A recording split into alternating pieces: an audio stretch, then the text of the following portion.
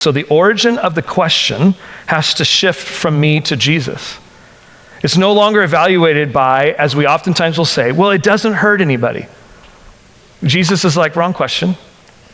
Wrong question. There's no answer to that question if you're following Jesus, because I'm not asking you, does this hurt you or somebody else? I want to know, does this honor God? Right? We might say, well, I mean, it's not that big of a deal. Let's not make a big deal about it. Show me the verse that says I can't do X. Wrong question. No matter how you answer that, it's going to be wrong, because the question for someone who follows Jesus is, does X help honor God? Does it bring you closer to Jesus? Is it ultimately, as we'll get to in a minute, is it life-giving or is it life-taking? See, we continue to ask the wrong questions, like Paul brought up at the beginning of 1 Corinthians 6. Well, I mean, I don't see a law against it. No one's gotten hurt, so I think it's okay to do. And Paul's like, you don't even ask that question if you're following Jesus, because you're no longer at the center of your life. You ask Jesus, does this honor you?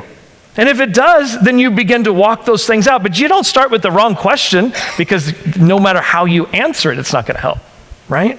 So Paul says there's two ways to live our lives. Two ways. We can live circumspectly or unwise. And I'm just using his word, circumspectly. We'll read this verse in a moment out of Ephesians, but it just means this: to live carefully, to pay close attention. Or we live unwisely, which means without reflection, without reason, mindless, senseless.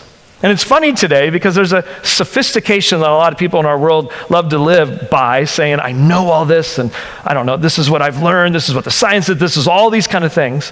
And yet we can know something but still live foolishly without reason, because the reason and the wisdom we think is all centered around us.